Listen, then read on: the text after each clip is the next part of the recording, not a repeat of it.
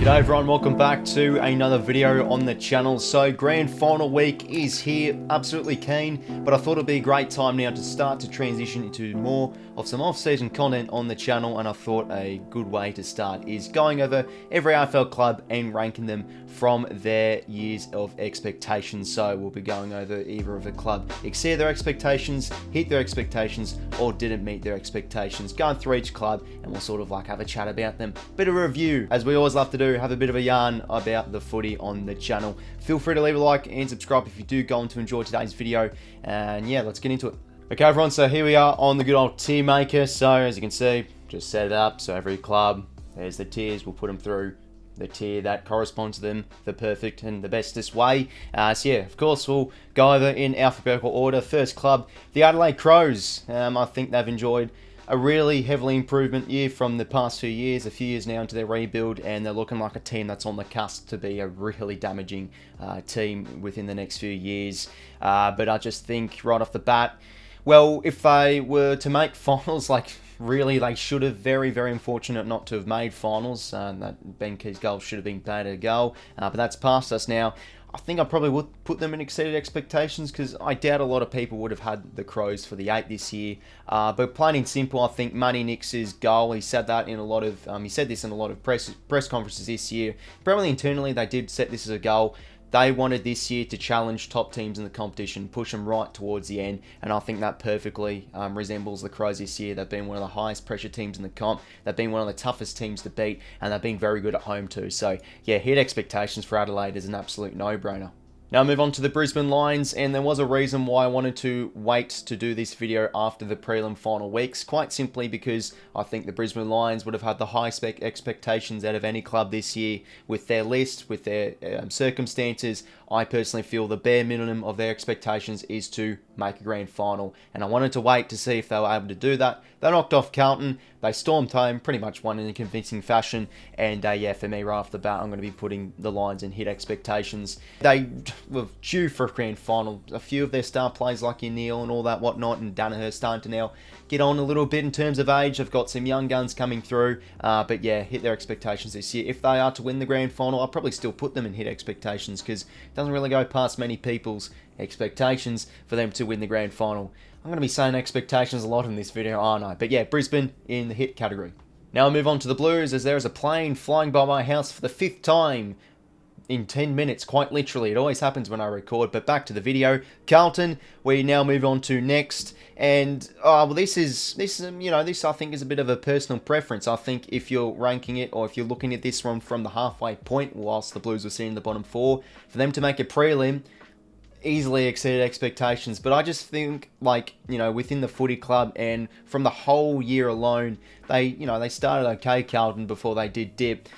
I just think with their list, they know that they are good enough, and I think with the list as well, they are a finals quality team. Now, with how far they went into the final series, I don't think many people expected them to make a prelim final. We felt the Blues maybe would win a final or two, but probably be around that 5th, 8th rung quality of teams. But yeah, for them to reach the final 4, I just have to put them in exceed expectations. This isn't a negative thing. I think their year was fantastic. I had the Blues for 4th this year. I felt that this was a year that they would really lift, but still with the fashion of how they were able to, you know, have that brilliant second half of the year, plays firing on all cylinders, I think there's slightly just, you know, sitting just in that exceeded expectations category. But yeah, hit expectations is fair enough. But yeah, for them to just in that fashion, you know, just to go all the way to a prelim from 15th, I think I've got to sneak him into exceeding expectations. But still, a brilliant year from the Blues.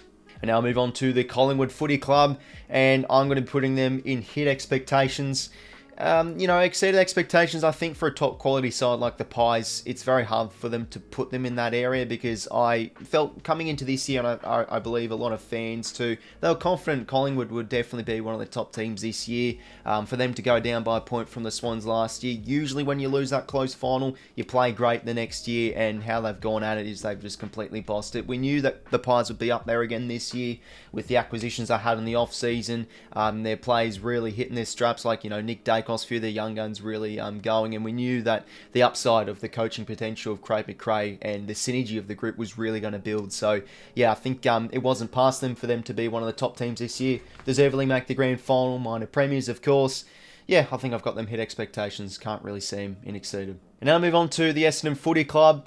Now, I think if you're a very pessimistic Essendon supporter, and honestly, maybe the majority of Essendon supporters could put them in didn't meet expectations, because their second half of the year I felt was really disappointing. That's definitely the opposite of what their president does say. I think on SEN he said we felt as a club we had a very good year. So yeah, I think Essendon, you could put them in didn't meet expectations. A really sour second half of the year they did have, having all those poor losses and sort of going back into those old habits of poor, unaccountable football in a lot of those poor losses. But I'm going to be giving them a bit of leniency. I'm still going to put them in hit expectations. Now, I don't think we expected Essendon to blossom and go into the top 8. You know, the first year coach of Brad Scott wanting to adopt his style of the blue-collar style like he had, of course, with North Melbourne. I felt this year for the Dons, it was going to, take time. Today, their first half of the year was very good. They had some great upset wins. They beat the D's, of course, in Adelaide. They had that great win over Richmond. They spent a lot of weeks. They started off the year very well, sitting comfortably in the top 4, the top 8.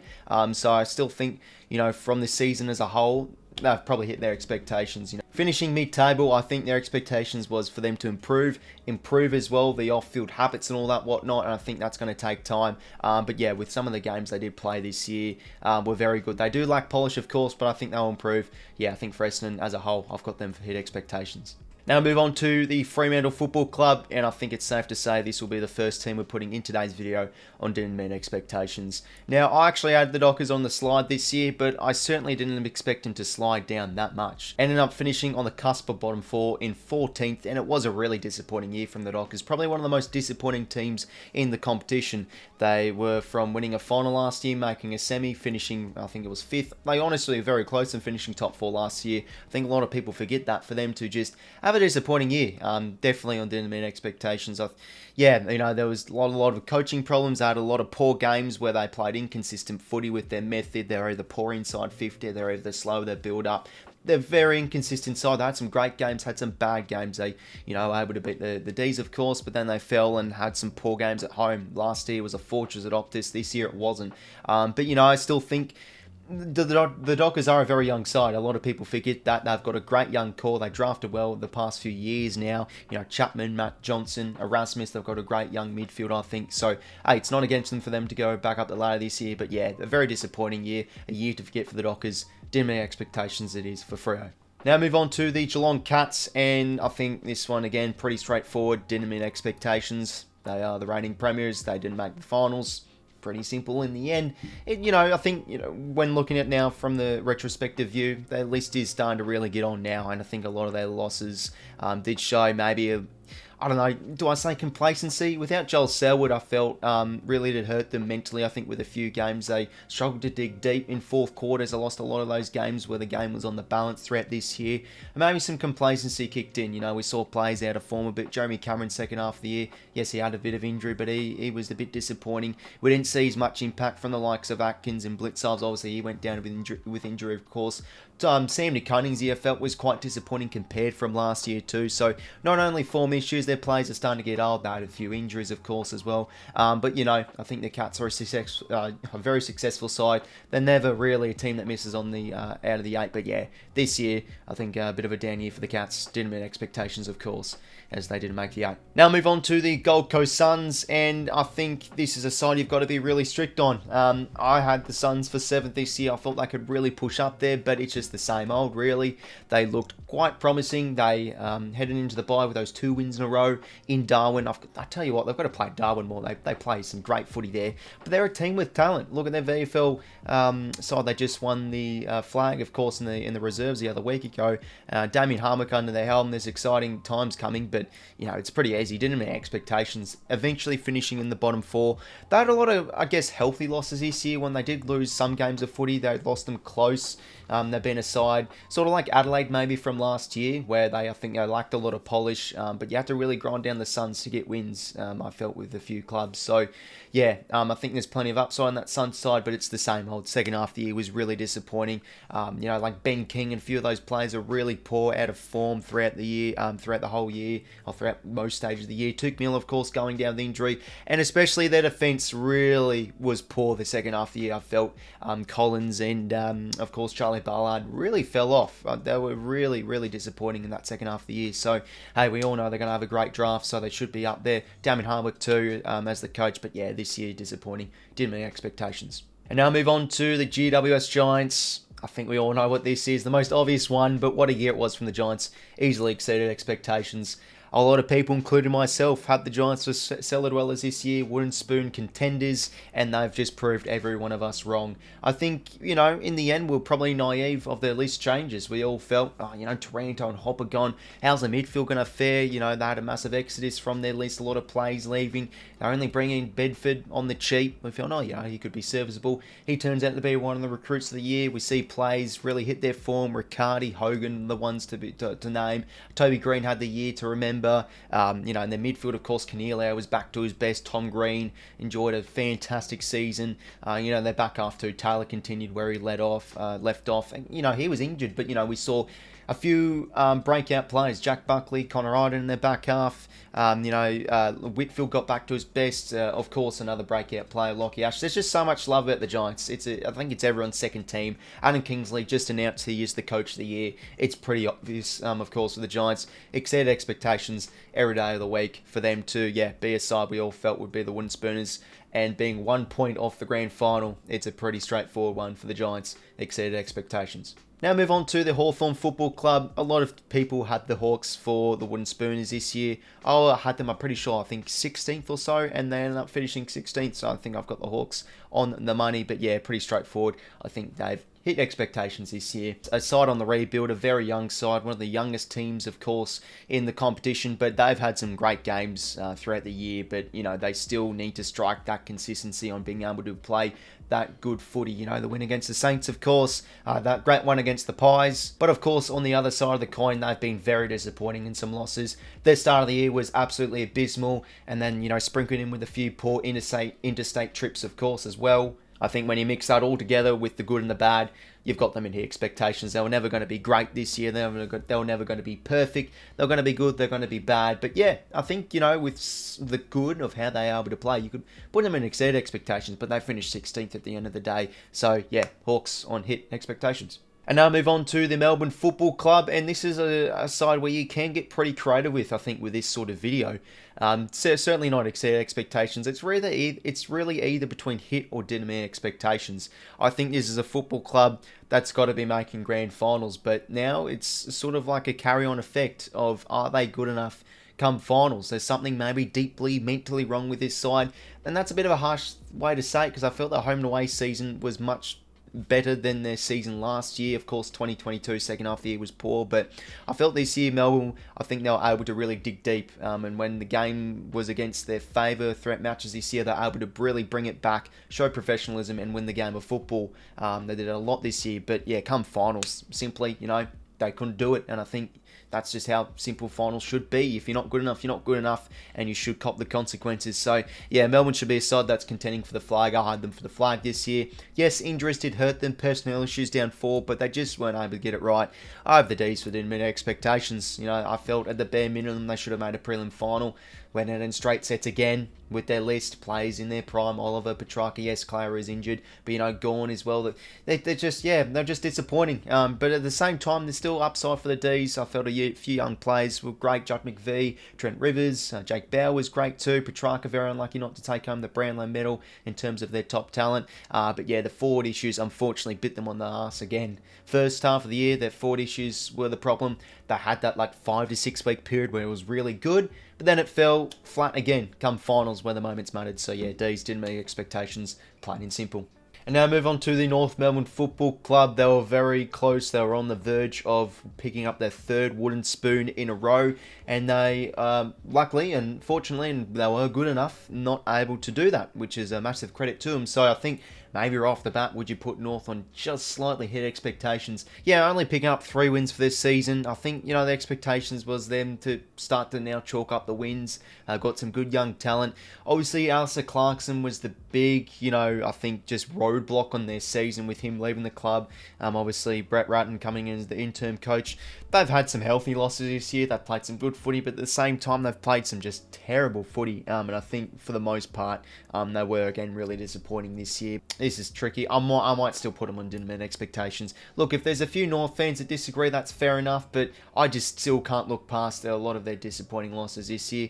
Their final win of the season was fantastic, and I think they're sort of, on the verge of getting a lot of those close wins this year. And honestly, when I think about that, never mind, I'm going to put them hit expectations. I'll change my mind. When you really think about it, actually now, they've had a lot of close losses, and I think they were due for them to pick up that win, but then they fell apart in the second half, and there's just that winning culture they really lack, of course. But, Nick Larkey, All-Australian, they certainly weren't expecting that.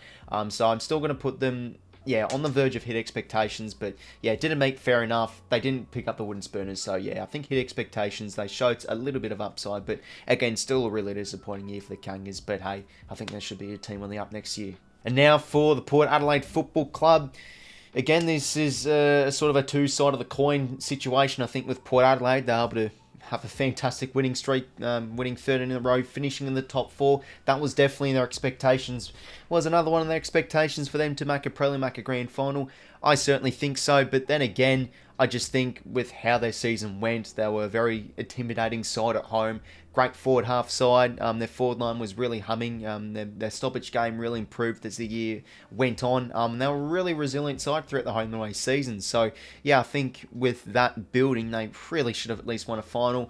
They didn't, so I think I'm going to be putting Port in didn't meet expectations. I just think with those circumstances, really should have won a final. But then again, come finals, they just can't deliver. I think their midfield got really torched and taught a massive lesson again on the big stage. Butters, Rosie, a few of those young players. Horn, Francis too weren't great. Wines had a really poor final series. Their back half too was just absolutely torture. 𝘼𝐼𝐷 was doing all the heavy work, and McKenzie was playing on one leg. Bergman was great too. To be fair, he was a shining light there. But collectively as a team, they were again really disappointing. Again, out in straight sets and can't deliver on the big stage again in 2023.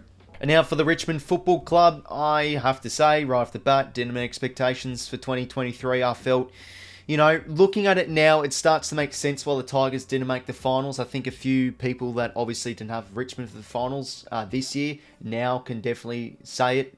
They just, I think, list-wise and, age demographic and all that whatnot, they are now starting to fade out of their premiership era, of course, and all that dynasty with the players, starting to run out now. 𝐼𝐴𝐴 at the boots, Riewoldt as well. I think they probably don't really have the young talent to really bolster themselves up towards the ladder within the next few years. I felt this would have been the last big year, the last year to really have a good crack at finals and maybe another flag, but it just wasn't it. They had some really inconsistent performances this year. That back half was getting torched. Their midfield, I felt throughout times wasn't really good enough, and they lacked a lot of efficiency and poise as well. And mixed with Damien Hardwick leaving the club too. A year to forget for the Tigers, and you feel like now with their list, when you really look at it, players now starting to retire, and the old age demographic, they could be on the down within the next few years, starting to enter into that rebuild mode. Need to get more of that young talent. But the Tigers didn't meet expectations. Now move on to the St Kilda Football Club, and this one, I think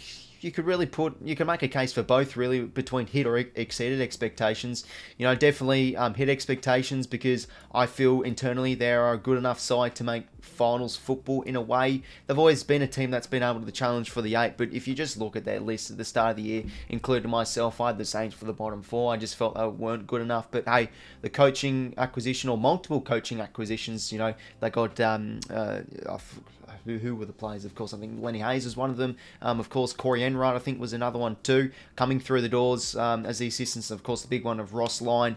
They were definitely going to be key for the Saints to succeed this year. And every single round of this year, they were in the top 8. So I think because of that, I'll probably put them in exceeded expectations. Look, I don't put that in a negative light. They've proved me wrong this year, the Saints. I think they've enjoyed a fantastic year. One of the top defensive teams in the competition. They were a little bit inconsistent with how they went at it, but I just think their strong defence was definitely the shining light. Callum Wilkie, All-Australian. Sinclair enjoyed another great year of footy, and I think their system was much better from last year. I think they had a much more of a consistent second half of the year. They got the results where a lot of us doubted it in the second half of the year, and they deservedly made finals, that's safe to say, but I just still think their list is, you know, still in a situation, you know, I think with the Saints, Ross Lyon has you know, gotten the most out of the list this year. I think that's the best way to put it for the Saints. So, yeah, I think them exceeded expectations. I'll have to put them in. They're in the 8 every, you know, round of the year. Massive credit to them. Proved me wrong, that's safe to say. But, yeah, not really many of us expecting them to make finals. And, yeah, we're disappointing in the final series, of course. But, yeah, every round in the 8, that is my reason why I've got the Saints for exceeded expectations. And now move on to the Sydney Swans side that definitely I felt had the highest expectations coming into 2023. They were terrible in the grand final last year, and there's going to be a lot of pressure on them. Are they a good enough side to make the 8? I think if you're a pessimistic sort of supporter of the Swans, you'd probably put them in didn't meet expectations. And honestly, throughout this year, it still was a really disappointing year, personally, for the Swans. Yes, they still made finals. They proved a lot of people wrong. They managed to make the 8. Their second half of the year was very good. They started to improve in the contested game a wee bit. You know, their ability to move the foot in, their efficiency was very important too. They made the finals, again, technically off that error, unfortunately, at the cost of Adelaide's expense. But yeah, I still felt their second half of the year was really impressive. And yeah, for them to make the finals when not really many people, well, a lot of people, pretty much everyone wrote them off, I'm going to put them slightly in just hit expectations. You know, they did have their injury problems this year. Buddy Franklin, of course, painting the cart, retiring, and now Hickey out of the club as well. So they did have those, you know, a few of those injuries, of course, early in the year. Warner missed some games, McDonald missed some games, Mills missed some games. So it's a massive credit to them to, you know, get back on the horse and for them to make the finals. But, you know, that loss against the Blues just perfectly sums up that year. I just felt mentally and physically they weren't a good enough side. I don't think they were very fit side this year. They couldn't run out games well. They were poor in fourth quarters. I just think as Swan supporters, or as a Swan supporter myself, it was a year to forget, really. It was disappointing, but, you know, I still felt, you know, Errol Goulden and Chad Warner enjoyed some great years. McDonald had a breakout season. There's still plenty of upside, I think, with the Sydney Swans. So a side not to sleep about, but yeah, this year I just think mentally and physically they weren't up to it. I just think, you know, that last year's grand final defeat really did, you know, affect them mentally. I felt they were going to finish around 8th, to be honest. I had the Swans for 8, so perfect prediction there. But yeah, I'll put them just in hit expectations because they still made finals. It's still, from that sort of year, from an organisation and board perspective, it was a successful year as they were able to make another final series in the 21st century. So yeah, the Swans, I'll slightly put in hit expectations. And now for the West Coast Eagles, I'll be putting them in didn't meet expectations. This one is a plain and simple one. Really didn't meet them. You know, they had a nice last few games of the year. Obviously, got those nice wins, of course, over North Melbourne, and that was a great win. Of course, as well against the Western Bulldogs, some of the best footy they played. A few close losses as well, so that's really most of the good. Tim Kelly as well, I felt his year was very underrated. Australian, of course, too, kicking over 50 goals. But apart from that, there was plenty of ugly this year. It's pretty simple, really. Didn't meet expectations. They were absolutely insipid throughout games this year, conceding 200 points against the Swans, of course, back throughout the midpoint of the year. And yeah, just a year to forget for the Eagles. Their first wooden spoon in quite some time. Or is it their first wooden spoon ever? I'm pretty sure it is. So yeah, year to forget for the Eagles. But yeah, they're just in dire need of some young talent and just a massive rebuild they do need, the West Coast Eagles. And now for the Western Bulldogs, again, pretty simple one. Didn't meet expectations to cap off this video. The Bulldogs, their list, it's top 4 quality. We always say that. The media always talks about it. But now, since they've not made finals, I think we can now start to look at that list and say, is that saying a little bit overrated?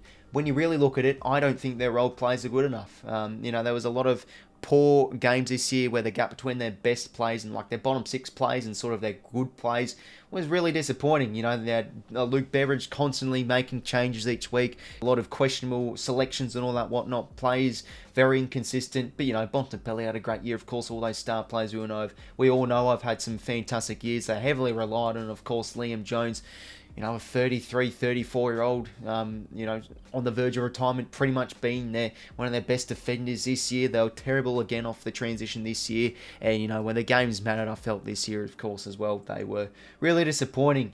So, yeah, West, you know, for the Bulldogs, it's just plain and simple, really. Didn't meet expectations. They're a side at the bare minimum should be making finals, and they didn't. You know, this is a side I think with a lot of players in their prime. Bailey Smith and McRae were really disappointing this year, but you know, 𝐼𝐵𝐻𝐵 was promising and all that whatnot. But yeah, just a massive imbalance. You know, the gap between the best and worst is quite a substantial one when you look at their list of how they played this year, the Bulldogs. But yeah, didn't meet expectations is quite obvious for the Doggies, as they did not make finals in 2023. So over on there is every AFL club's expectations ranked from the 2023 AFL season. When we look at it now, I only really had 3 teams in exceeded expectations, and I felt Carlton, GWS and the Saints were definitely fair enough ones. Hopefully you did enjoy. Make sure to comment down below and let me know what you did think of my ranking. Would you change a few clubs, of course? But yeah, it was good to have a chat today about all these clubs. And yeah, I think with a lot of them, there is plenty of upside when you do think about the positives. But yeah, hopefully you did enjoy, everyone. As I say again, make sure to leave a like and subscribe if you did go on to enjoy.